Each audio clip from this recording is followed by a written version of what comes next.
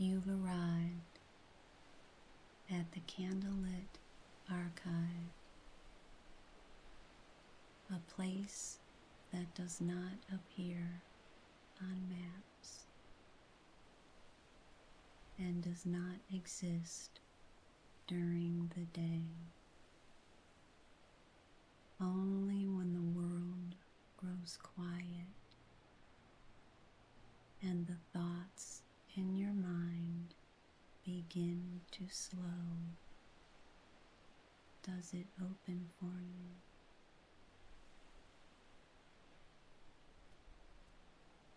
Tonight, you have been granted access to one of its quietest rooms,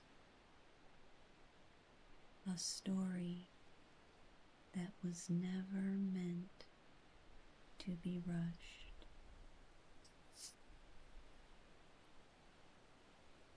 So you do not need to stay awake for it. In fact, you are not expected to.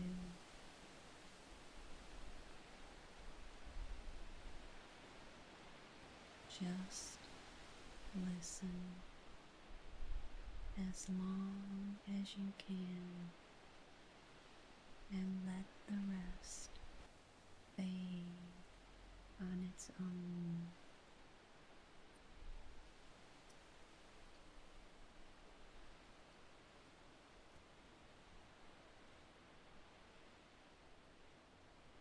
There are some sounds we stop hearing because they never leave us. The creak of floorboards, the settling of old houses,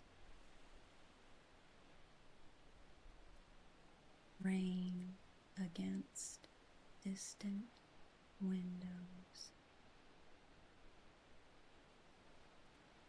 branches brushing glass, and wind.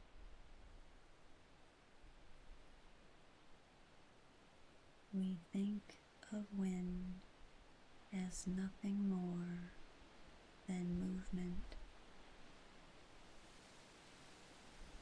air passing through the world with no memory and no intention.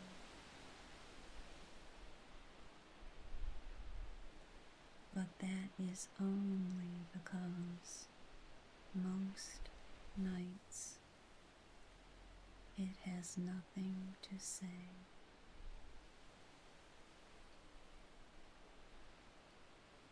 Tonight's story is about a village at the edge of the moors where the chimneys leaned slightly east,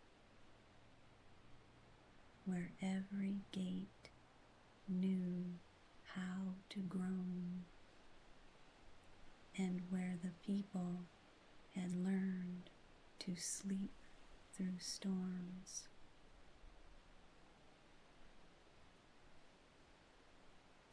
Until the night the wind started speaking. So lower the lamps, settle into the hush around you, and listen carefully, because some voices are only heard once.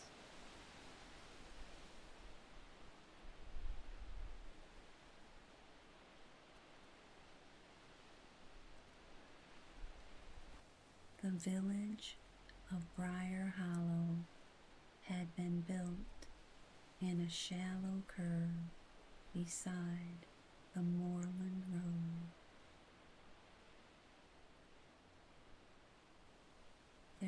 23 houses, a chapel with no bell, a bakery that opened before dawn, and a post office so small that letters were sorted on the counter beside the jars of boiled sweets.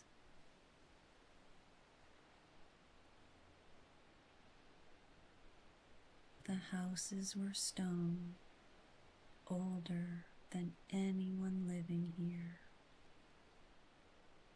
Their roofs dipped gently, gently under the weight of seasons. Moss climbed the walls. Ivy claimed what it could. Nothing remarkable ever happened in Briar House.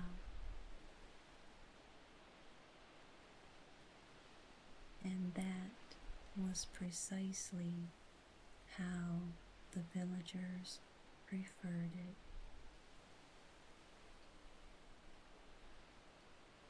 They liked mornings that resembled yesterday's mornings.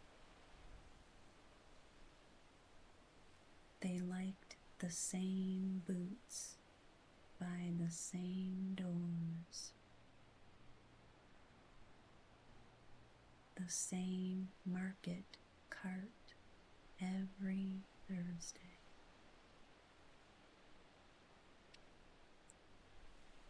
The same kettle whistles drifting through windows at 6.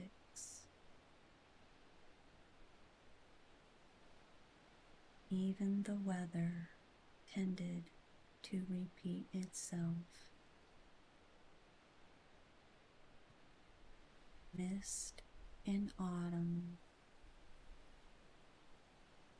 frost in winter,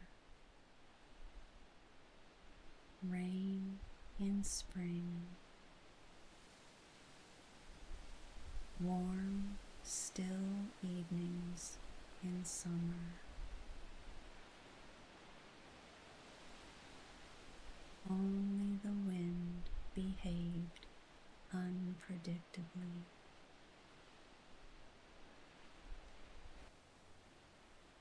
Sometimes it ran laughing across the moor and rattled every latch in town. Sometimes it arrived in long sighs that moved the curtains but disturbed nothing else.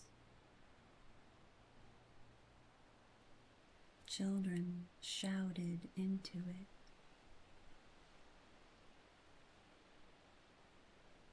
Old men cursed at it. Women pinned washing more carefully because of it. But no one feared it. Why would they? The wind had always been noise. Nothing more. Then, on the last Thursday of October, just after sunset, the bakery door opened on its own. Mrs. Vale, who had kept the bakery for 30 years and trusted neither drafts nor coincidence, looked up sharply from the loaves she was covering with cloth. The room was empty. The door stood open, and from the dark street beyond came a voice, not loud, not near, but carried strangely through the air.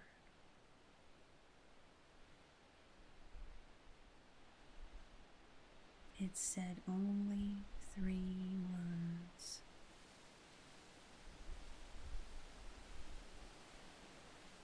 Do not sleep.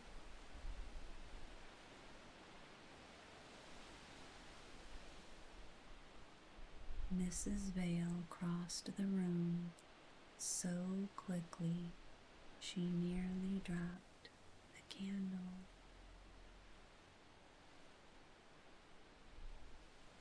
Outside, the lane was deserted. The hedges moved. Leaves spun in little circles. And the wind passed through the village like someone hurrying away.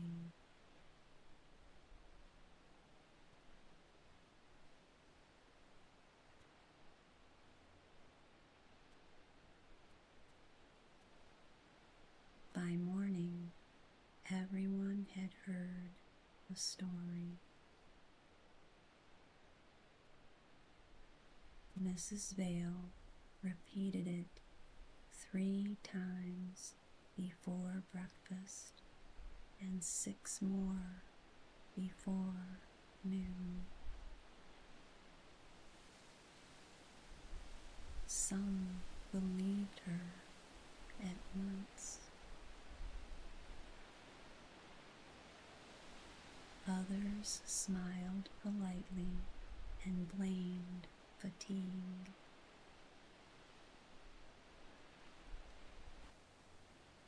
You were tired, said the blacksmith.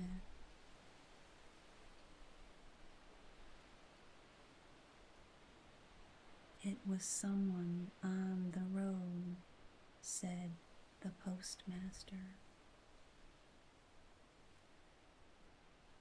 It was the kettle singing in your ears, said Father Rowan, though he did not sound certain. Mrs. Vale folded her arms and said nothing further. But that evening, another thing happened. At the far end of the village stood the cottage of Elias Thorne, who lived alone with 2 clocks and a bad knee.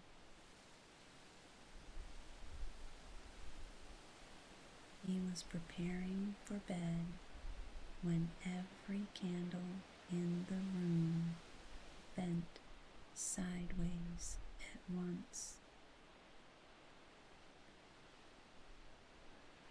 Not flickered, bent, as though the flames were listening to something beyond the wall. Then came a whisper through the chimney. Dry as leaves, cold as cellar stone,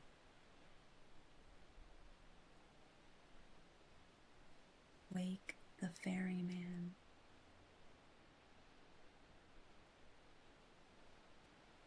Elias dropped the poker. By the time he reached the lane, the wind was already racing toward the river. He did not sleep that night, nor did he keep the warning to himself. By dawn, Briar Hollow was divided into two camps. Those who believed the wind was speaking, and those who believed their neighbors had become ridiculous. Still, unease settled quietly over the village. Doors were latched earlier. Candles were trimmed brighter. People paused before stepping outside, as if expecting to hear their names called from the dark. That afternoon, Elias Thorne made the walk to the river cottage where the ferryman lived. The ferryman's real name was Martin Hale, though almost no one used it.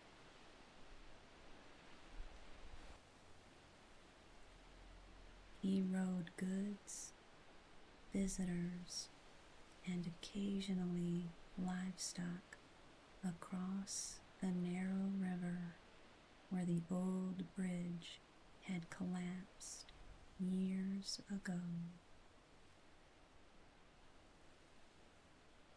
When Elias told him what the wind had said, the ferryman went pale. Why? Elias asked. But the ferryman only looked toward the water and answered, because no one alive remembers that name.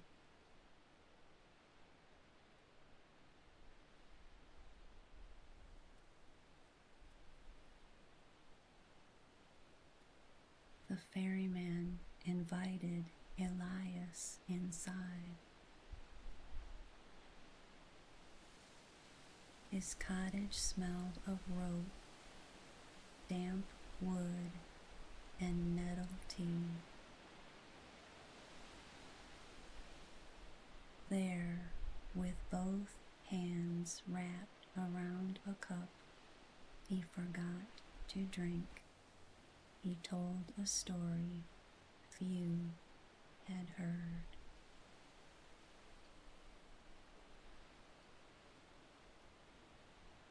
Years earlier, before Elias's clocks, before Mrs. Vale's bakery, before some houses had been repaired, a storm had torn across the moor with such force that sheep were found miles from their fields.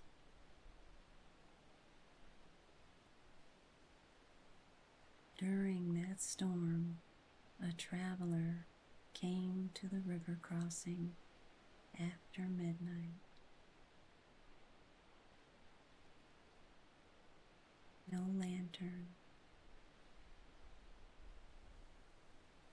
no horse, no luggage, only a coat soaked black with rain. The ferryman's father had been alive then and tending the boat.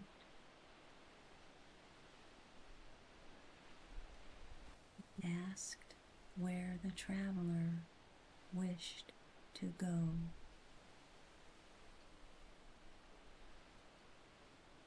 The traveler answered, home. But he would not say where home was. He stepped into the boat without invitation. Halfway across the river, the storm stopped.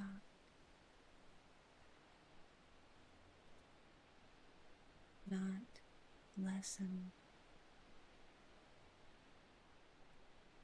Stopped.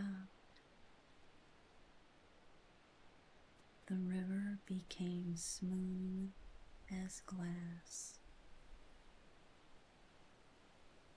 and every sound vanished. No oars, no breath, no water against wood.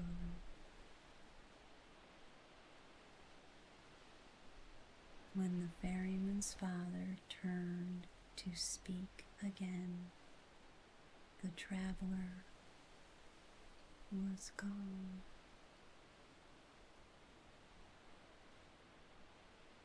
No splash, no footsteps, no trace.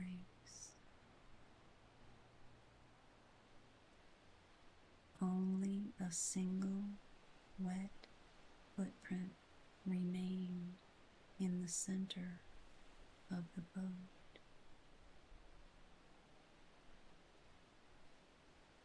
By morning, the old ferryman had lost all hearing in one ear. He never recovered it.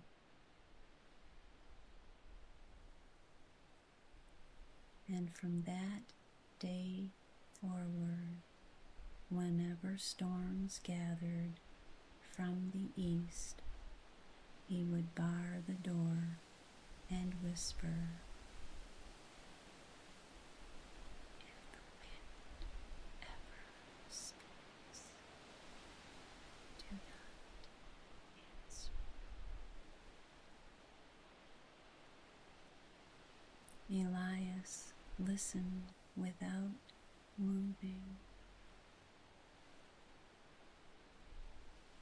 then asked the only question left. Did it speak before? The ferryman nodded once. Yes. What did it say? The ferryman stared into the steam rising from his cup.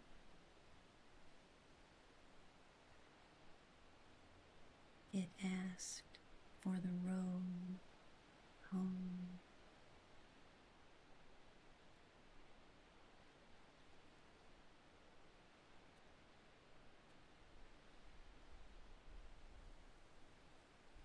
That night, no one in Briar Hollow admitted to being afraid.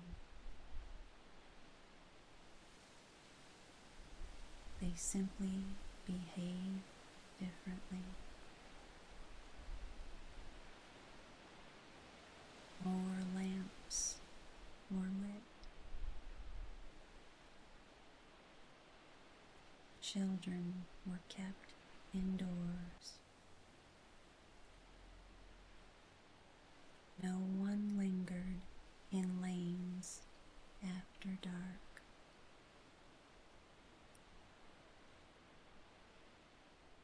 Clouds crossed the moon in long black sheets.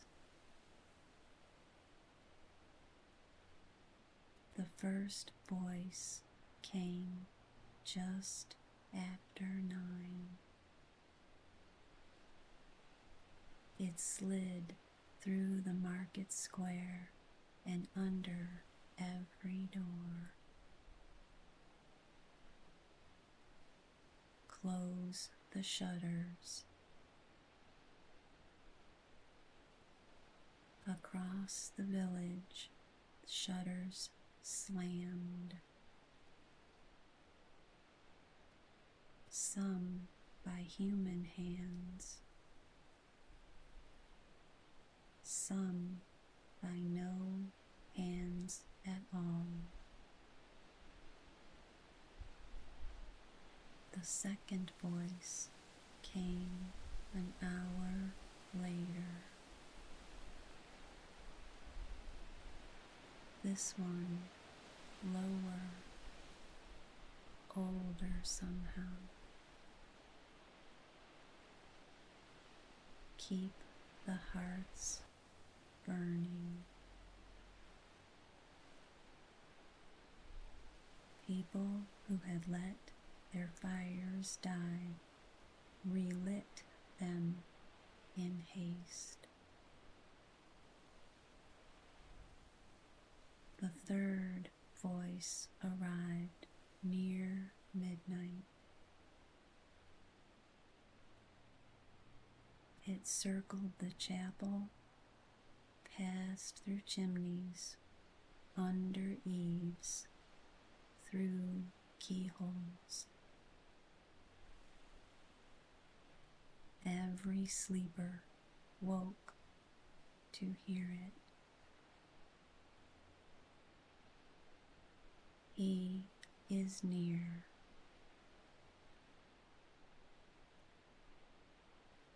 Dogs barked madly. Then went silent. No one ventured outside. No one, that is, except Mara Fenn. Mara lived in the last cottage before the moor began.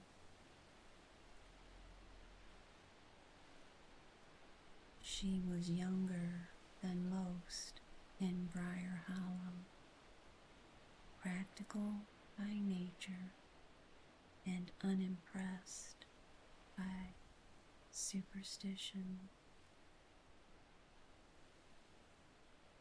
She carried a lantern and wore boots thick enough for mud and foolishness alike. When the warning came, she opened the door and stepped into the lane. The village behind her was shuttered and trembling. The moor ahead was silver with moonlight.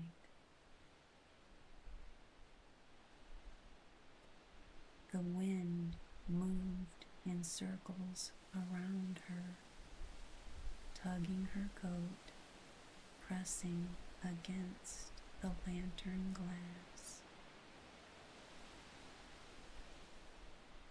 Then, from the dark expanse beyond the stone wall, a voice spoke not through the air, but beside her ear. Do you know the way?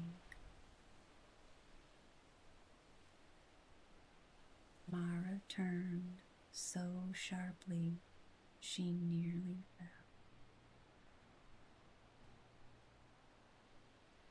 No one stood there. Only the moor grass bending. Only the lantern shaking in her hand.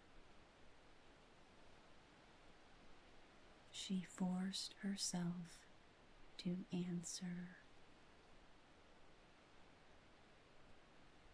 The way to where? The wind rushed past her, carrying the scent of wet earth and distant rain. Then, softly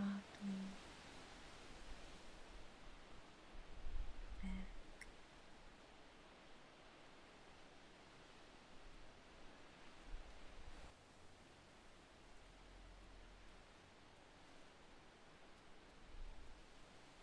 At dawn, Mara told the villagers what had happened.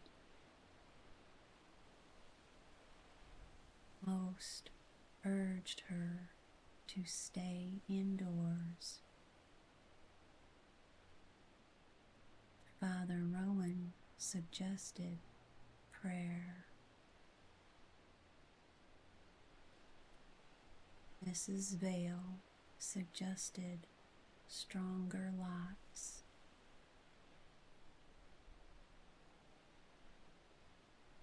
But Mara was not interested in waiting for another night of whispers.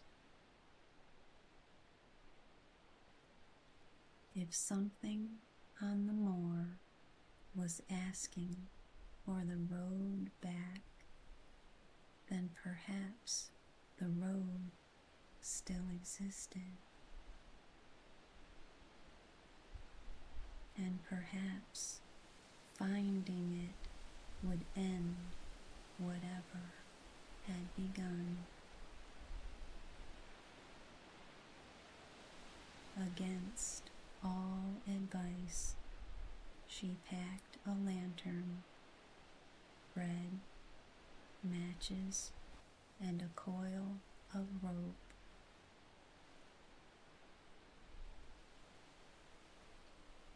To everyone's surprise, the ferryman joined her. So did Elias Thorne, though he complained about his knee every third step.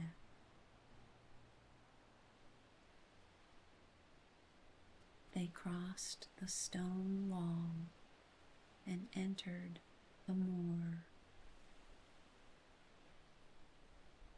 The land there had a habit of changing distances. Hills seemed nearer than they were. Paths wandered when unobserved. Standing stones appeared from mist, then vanished again. The three walked in silence for nearly an hour. Then they found it.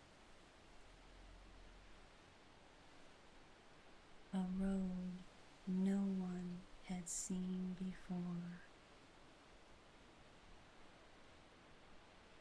Narrow, pale, made not of dirt or stone, but something like packed ash.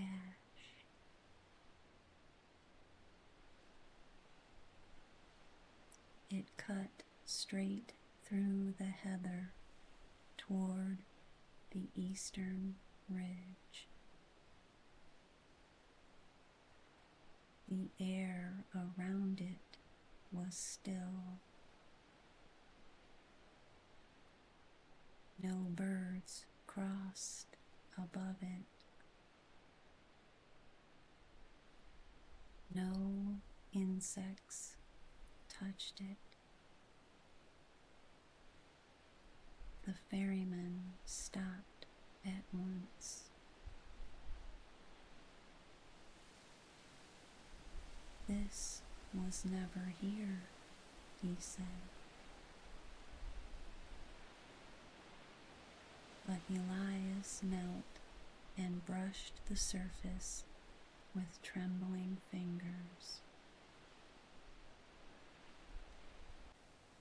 Beneath the ash lay old cobbles, a buried road, ancient and deliberate. Mara lifted the lantern. For ahead, where the path vanished into mist, stood the outline of a doorway. No walls,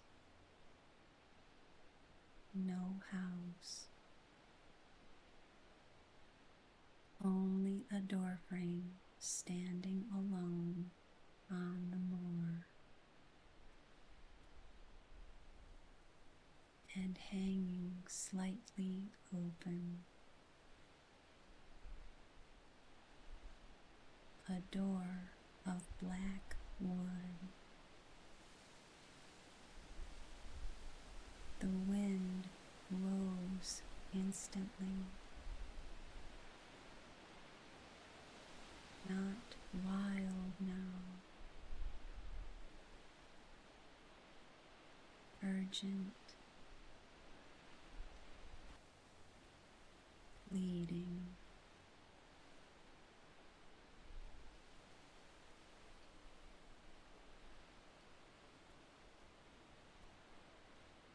They approached slowly. The closer they came, the colder the air became. Frost formed along the lantern handle. The grass whitened underfoot.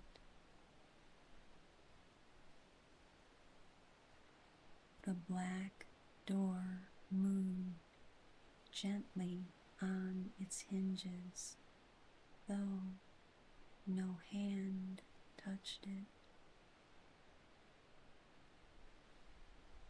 Inside the frame, there was no room, no interior wall, only darkness deeper than shadow. The ferryman would go no further. Elias whispered prayers he claimed not to know. Mara stepped to the threshold. Carved carved into the wood were hundreds of names worn by time. Some readable, some nearly gone. At the center, one name was clear.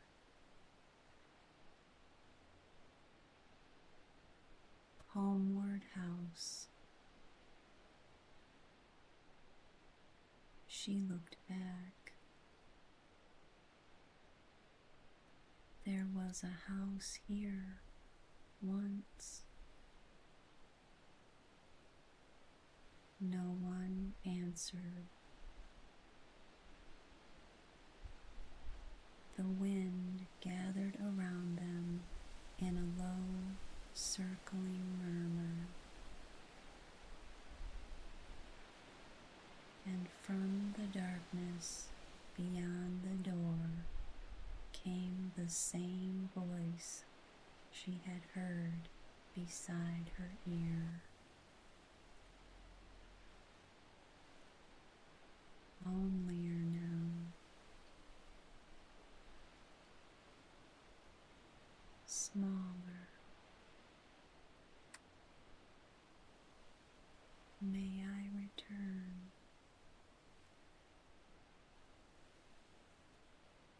Mara did not know what stood beyond that threshold. A memory, a spirit, a lost traveler, the shape of grief itself. But she knew this. Something had been wandering a very long time. Something had forgotten how to find its own ending. So she raised the lantern and said, "Yes."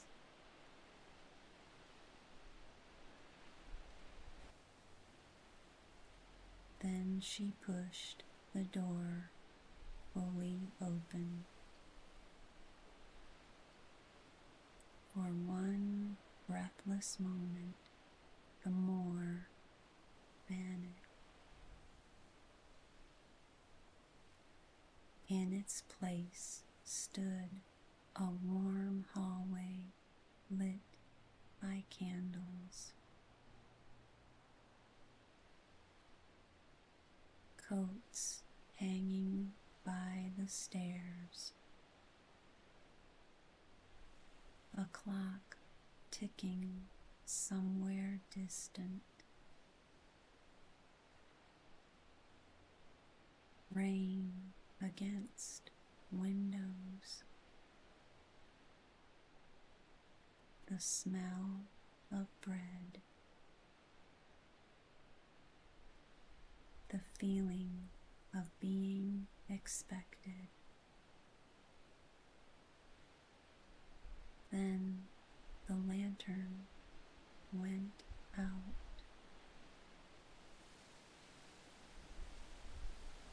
The door slammed shut,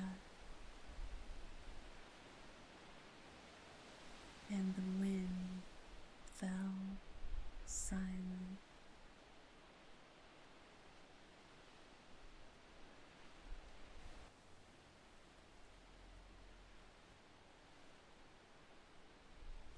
They returned to Briar Hollow by afternoon.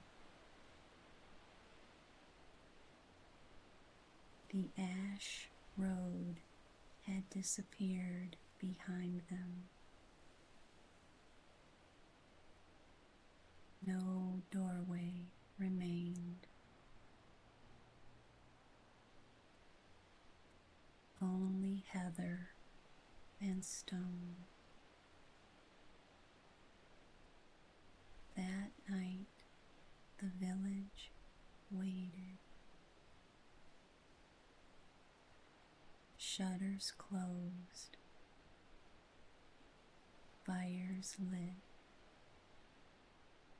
candles ready, but no voice came.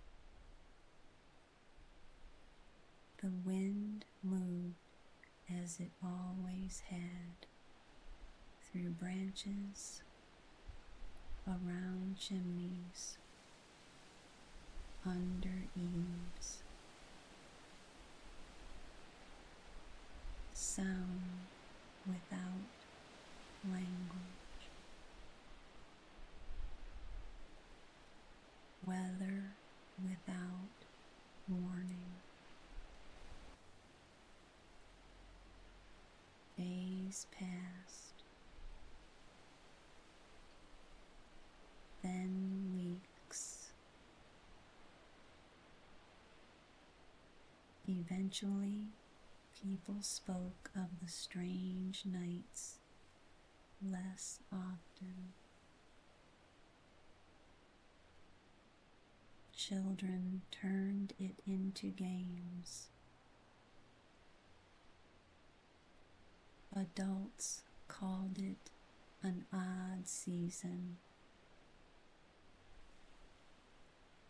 Life resumed its familiar shape. But now and then, when storms gathered from the east, Mara would pause at her doorway and listen. Not for words, for warmth, for the briefest feeling that somewhere beyond rain and distance, a door had finally opened for someone who had been lost. And if on certain nights the wind brushes your window with unusual care, if it pauses as though remembering your name, if your room suddenly smells of old wood smoke and fresh bread, do not be afraid. Some voices do not come to haunt us. Some only wish to say they made it home.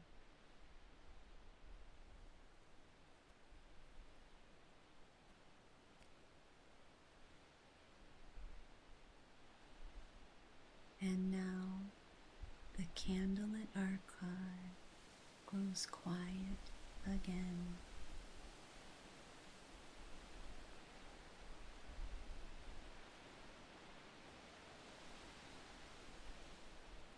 The books return to stillness.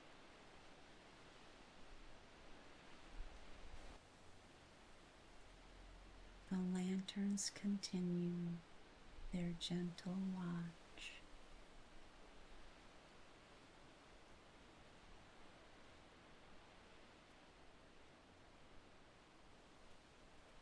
And the story is safely put away until it is needed once more.